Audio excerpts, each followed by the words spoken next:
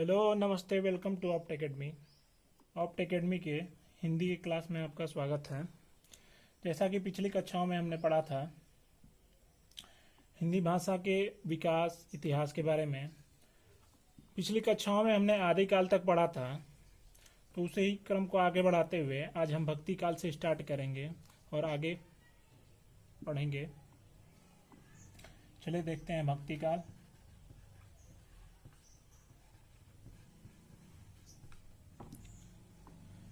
भक्ति काल को हिंदी साहित्य का स्वर्ण काल कहा जाता है।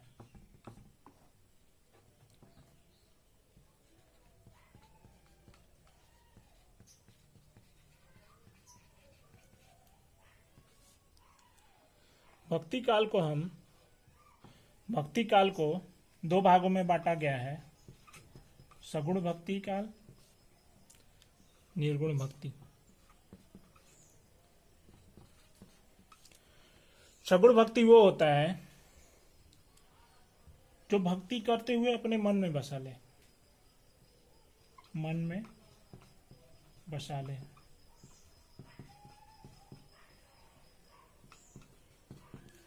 निर्गुण भक्ति शाखा वो होता है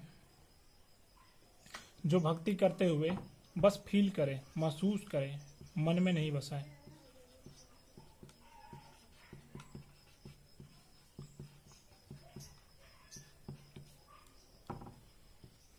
सगुण भक्ति शाखा को दो कैटेगरी में बांटा गया है: एक राम भक्ति शाखा,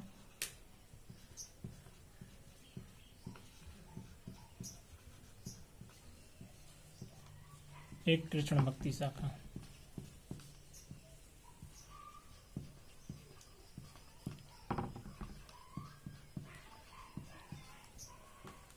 इसी प्रकार निर्गुण को भी दो भागों में बांटा गया है: एक संत काव्य धारा,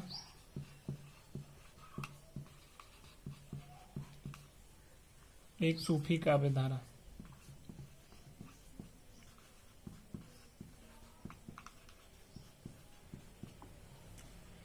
संत काव्य धारा को हम ज्ञानाश्रय भी कहते हैं। सूफी काव्य धारा को हम प्रेमाश्रय भी कहते हैं। राम भक्ति शाखा की प्रतिनिधि तुलसीदास जी करते हैं। वहीं कृष्ण भक्ति शाखा की प्रतिनिधि सूरदास जी को माना जाता है।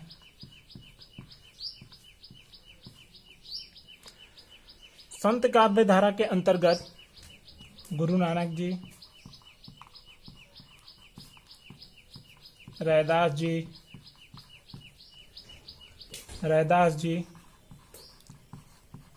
कबीरदास जी आते हैं। वही सूफी काव्य धारा यानी प्रेमाश्रय के अंतर्गत मलिक मोहम्मद जैसी आते हैं। अब हम इसी भक्ति काल के प्रमुख कवियों की रचनाओं के बारे में पढ़ेंगे। चलिए भक्ति काल के प्रमुख रचनाओं के बारे में देखते हैं। पहले हम सूरदास जी की रचनाओं को देखते हैं। इनकी रचनाओं में एक खास बात होती है। इनकी रचनाओं की शुरुआत, अधिकतर रचनाओं की शुरुआत सूर लग के हुई है, जैसे कि सूर सागर, सूर सरावली,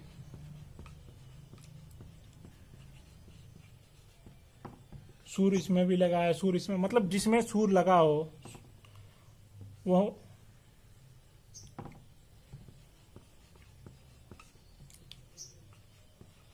सूर सरावली, सूर पचीसी।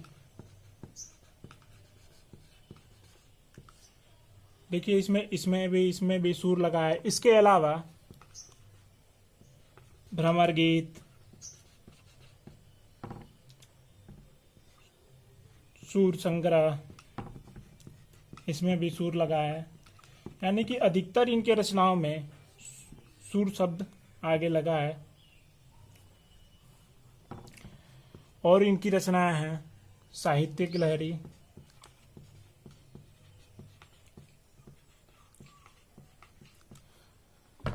अब हम कबीरदास जी की रचनाओं के बारे में देखते हैं। कबीरदास जी को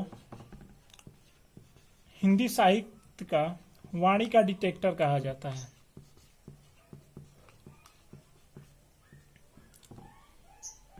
इनकी रचनाओं को पंचमेल खिचड़ी भी कहते हैं।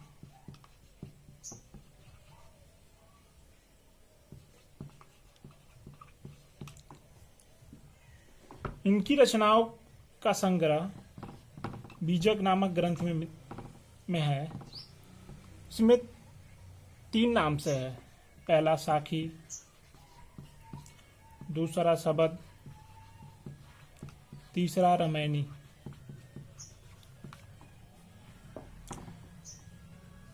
अब देखते हैं मलिक मोहम्मद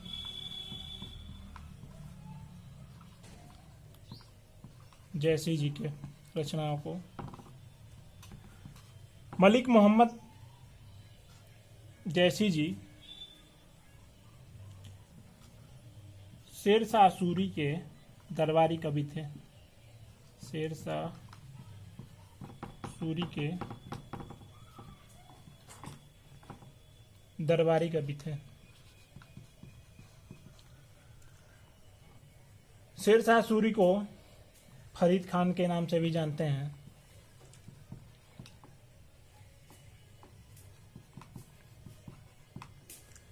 मलिक मोहम्मद जैसी जी की सबसे फेमस रचना पद्मावत है।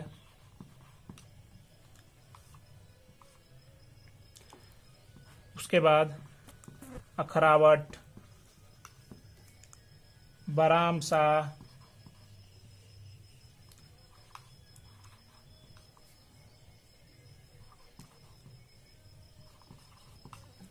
आखिरी कलम,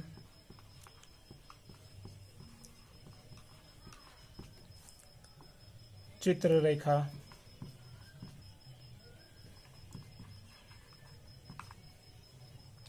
इनकी अधिकतर रचनाएं शेरशाह सूरी पर ही आधारित है।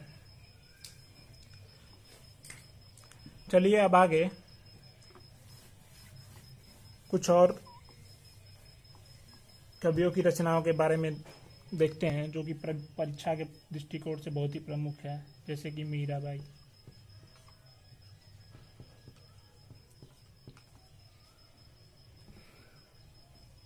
मीराबाई जी कृष्ण भक्ति शाखा के अंतर्गत आती हैं। इनकी प्रमुख रचनाएं हैं गीत गोविंद का टीका,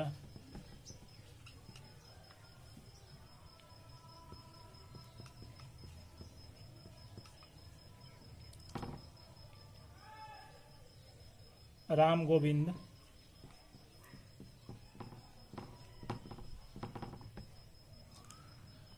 राग सोठा,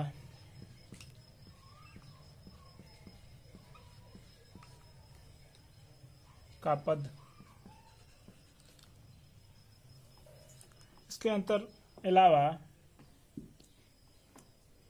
बहुत से कवि हैं जिनके बारे में पूछ लिया जाता है कि ये भक्ति काल के अंतर्गत आते हैं कि नहीं आते हैं। चलिए उन कवियों को जानने के लिए हम एक छोटा सा ट्रिक देखते हैं। भक्ति काल के प्रमुख कवियों का ट्रिक।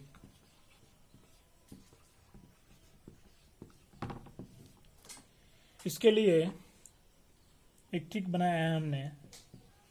गुरु रैदास कहे कबीर से,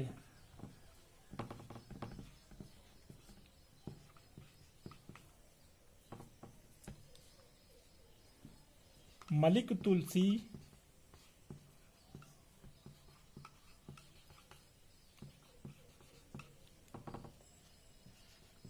बल का रस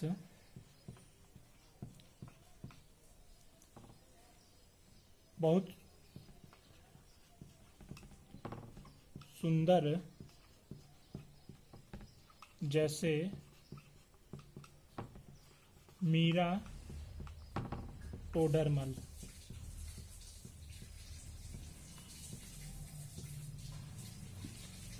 गुरु से गुरु नानक जी, रैदास से रैदास जी, कबीर से कबीरदास जी, मलिक से मलिक मोहम्मद जैसी, तुलसी से तुलसीदास जी, बल से बल्लभाचार्य जी। बल्लभाचार्य जी राम भक्ति शाखा के कवि हैं। रस से रसखान, ये कृष्ण रसखान जी कृष्ण भक्ति शाखा के कवि हैं।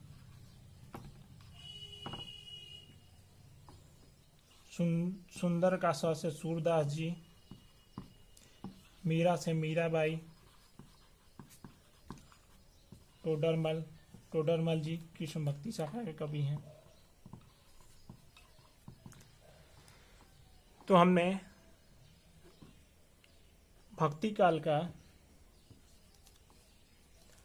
प्रमुख कवियों के रचनाओं के बारे में पढ़ा, जो परीक्षाओं में बार बार आता है। इसके बाद हम देखेंगे रीति काल को। चलिए रीति काल को देखते हैं। रीति काल का समय 1650 से 1850 माना गया है आचार्य रामचंद्र शुक्ल जी के द्वारा। रीति काल को इन्होंने 3 कैटेगरी में बांटा है। पहला रीतिबद्ध, दूसरा रीति मुक्त, तीसरा रीति सिद्ध।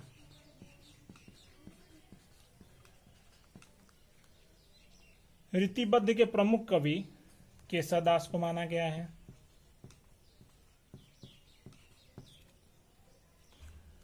रीति मुक्त के प्रमुख कवि घनानंद जी को माना गया है।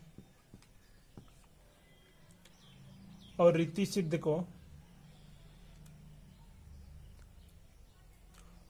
सिद्ध के प्रमुख कवि बिहारी जी को माना गया।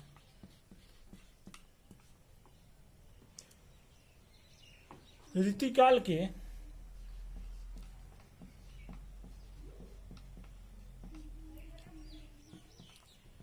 प्रमुख कवियों को जानने के लिए हमने एक ट्रिक बनाया है। चलिए उस ट्रिक को देखते हैं।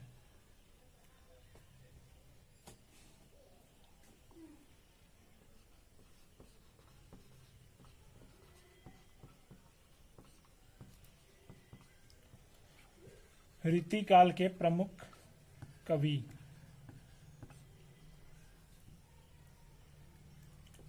ट्रिक ऐसे है, केशवदास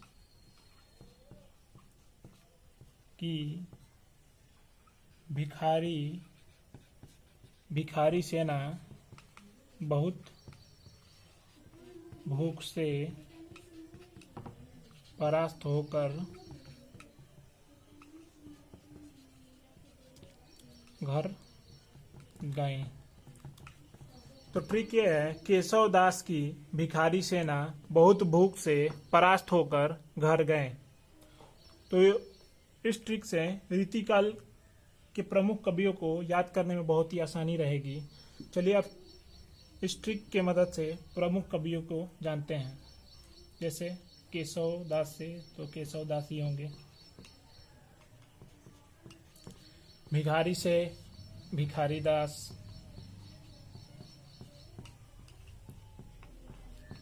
सेना से सेनापति जी, बॉस से बहुत का बॉस से बिहारी जी, भूख से भूषण जी, परास्त का प से हम पद्माकर जी को रिलेट कर सकते हैं, घ से घनानंद जी। तो इस तरह इस ट्रिक की मदद से हमने रीतिकाल के प्रमुख कवियों को याद करने का एक आसान ट्रिक बनाया। चलिए अब इन प्रमुख कवियों की रचनाओं के बारे में पढ़ते हैं। केशवदास की प्रमुख रचनाओं को देखते हैं। रामचंद्रिका,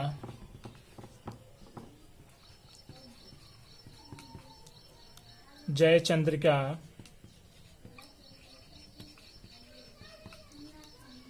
विज्ञान गीता,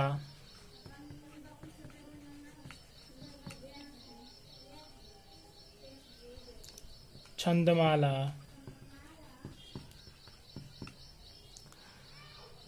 तो ये हमने केशवदास की प्रमुख रचनाएं रामचंद्रिका, जयचंद्रिका, विज्ञान गीता, छंदमाला को देखा। अब बिहारी जी की रचना देखते हैं। बिहारी जी की एकमात्र फेमस रचना है बिहारी सतसई। तो ये तो अब बहुत आराम से याद हो जाएगा, बिहारी जी की बिहारी सतसई। अब घनानंद जी का देखते हैं। घनानंद जी की रचनाएं देखते हैं। सुजान, सागर, सुजान, संबोधन,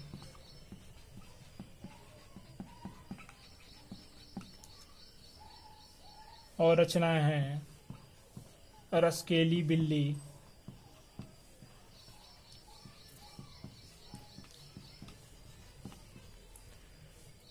विरह लीला,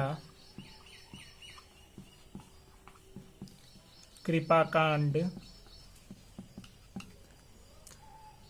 अब हम भिखारी दास जी की रचनाएं को देखते हैं।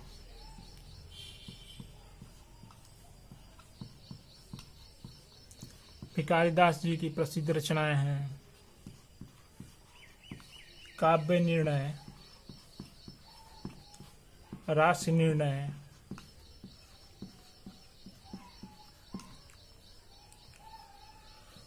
भूषण जी की फेमस रचनाएं हैं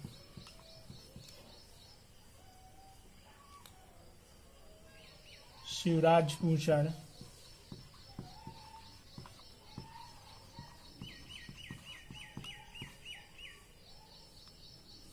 शिवा बावनी।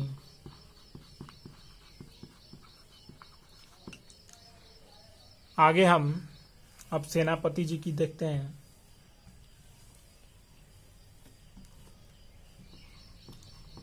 सेनापति जी की प्रमुख रचनाएं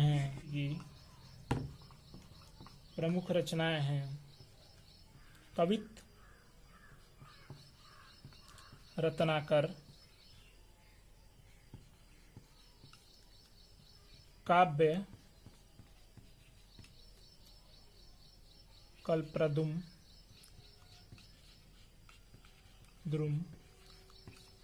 सेनापति जी की प्रमुख रचनाएं हैं कवित्त, रत्नाकर, काव्य, कल्पद्रुम।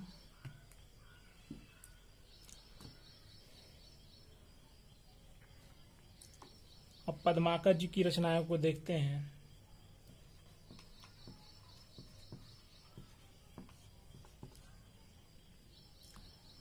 जगत विनोद,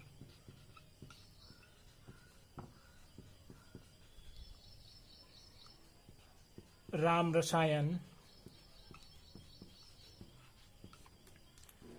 गंगा लहरी, पदाभरण 50। तो ये रही पद्माकर जी की प्रमुख रचनाएं जगत विनोद, राम रसायन, गंगा लहरी, पदाभरण 50। तो अभी हमने रीतिकाल के प्रमुख कवियों की रचनाओं को देखा। अब आगे हम इस क्रम को बढ़ाते हुए आधुनिक काल की ओर बढ़ते हैं। आधुनिक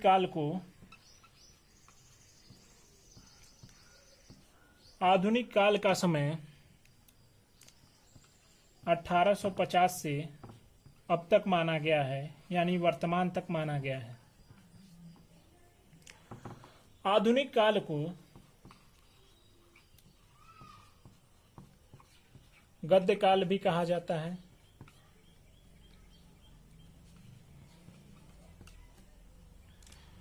वैसे तो गद्य के सबसे पहले लेखक गोरखनाथ जी को माना जाता है। ये पिछले वीडियो में भी मैंने बताया था कि गद्य के सबसे पहले लेखक गोरखनाथ जी को माना जाता है। अब गद्य की भाषाएं को देखते हैं। गद्य की भाषाओं को हम 3 कैटेगरी में बांट सकते हैं। पहली ब्रजभाषा गद्य, दूसरी राजस्थानी गद्य, तीसरी खड़ी बोली का गद्य।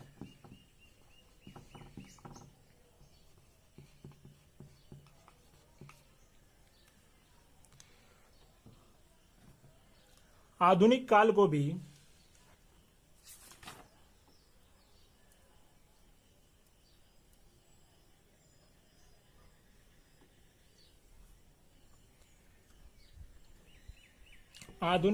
भी आचार्य रामचंद्र शुक्ल जी ने 6 भागों में बांटा था। चलिए अब इन 6 भागों को देखते हैं। पहला भारतेंदु युग, जिसका काल 1850 से 1900 ईस्वी तक माना गया है। दूसरा त्रिवेदी युग, इसका काल 1900 से लेकर 1920 माना गया है।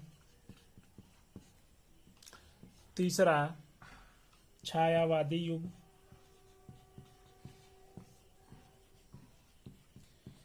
इसका काल 1920 से लेकर 1936 ईस्वी तक माना गया है। चौथा प्रगतिवादी युग, इसका काल 1936 से लेकर 1943 ईस्वी तक माना गया है। पांचवा प्रयोगवादी युग,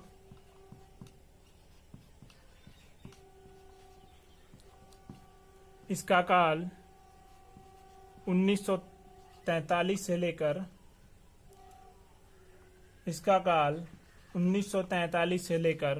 1950 ईस्वी तक माना गया है। छवा नई कविता युग,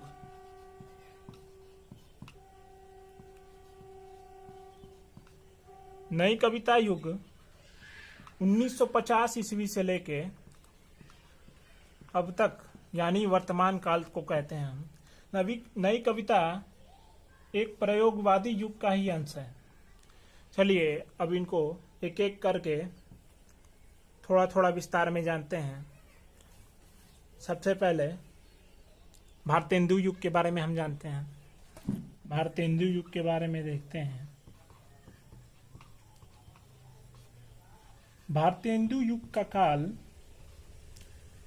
1850 से लेके 1900 ईस्वी तक माना गया है। भारतेंदु युग के प्रमुख कवियों या लेखकों के बारे में जानने के लिए मैंने एक ट्रिक बनाई है। चलिए इस ट्रिक को देखते हैं। ट्रिक इस प्रकार है। भारत दत्त जग का स्वामी है।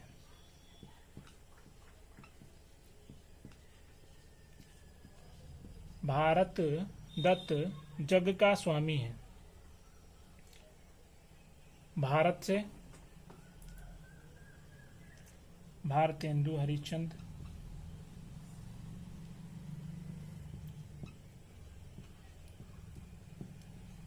दत्त से अंबिका दत्त व्यास, अंबिका दत्त व्यास, जग से जगमोहन सिंह,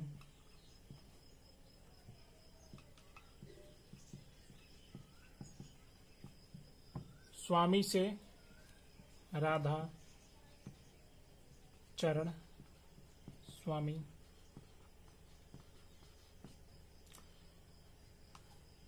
भारतेंदु हरिश्चंद्र की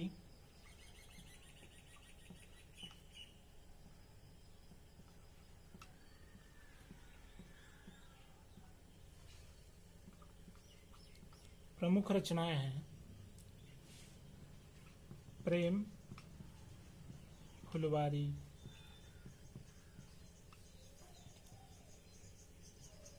प्रेम मल्लिका,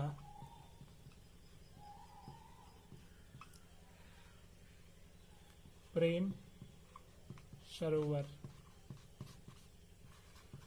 इनकी रचनाओं में, अधिकांश रचनाओं में प्रेम शब्द जुड़ा हुआ है।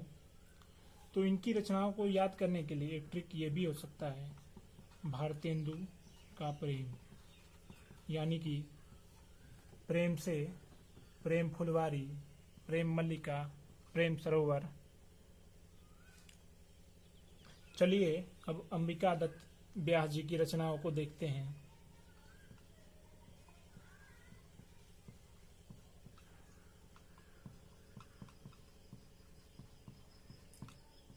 इनकी रचनाएं हैं भारत धर्म,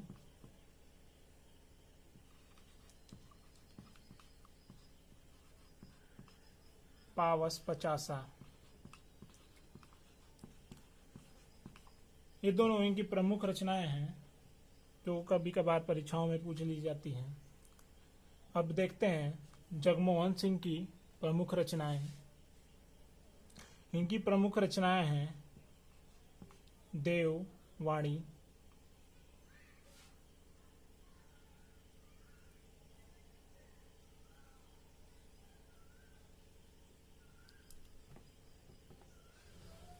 इनकी प्रमुख रचनाएं हैं देवयानी, श्याम सरोजनी,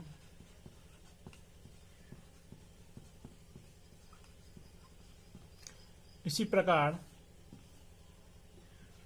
राधा चरण स्वामी जी की प्रमुख रचनाएं हैं नौ भक्त माल। इनकी एक यही बहुत फेमस रचनाएं हैं जो परीक्षाओं में पूछी जाती हैं। तो इस प्रकार भारतेंदु युग का एक छोटा सा विवरण हमने देखा जो कि परीक्षाओं में कभी कभार पूछ ली जाती है। जैसा कि हमने अभी भारतेंदु युग पढ़ा। अगली कक्षाओं में हम द्विवेदी युग से देखेंगे। द्विवेदी युग, प्रगतिवादी युग, प्रयोगवादी युग, नई कविता युग आदि सभी चीज़ों को देखेंगे। तब तक के लिए धन्यवाद। इस चैनल को लाइक, शेयर, सब्सक्राइब करें और कोई त्रुटि हो तो कमेंट करके अवश्य बताएं और अच्छा लगे तो इस वीडियो को अधिक से अधिक शेयर करें। धन्यवाद। जय हिंद, जय भारत।